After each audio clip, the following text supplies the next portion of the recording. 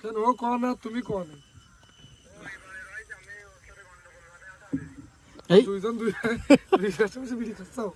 হয়ে আছে গ্যাঞ্জাম বদা খাও আমরা এই পেয়ারা বাগানে আমাকে নিবানি আমাকে গাড়িতে নিবানি করছে কি ভাইয়া আমরা ওর গাড়িতে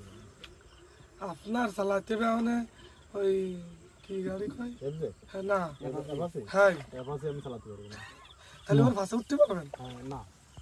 ও বাড়ার গাড়ি জামাল কইলো জামাল কইছে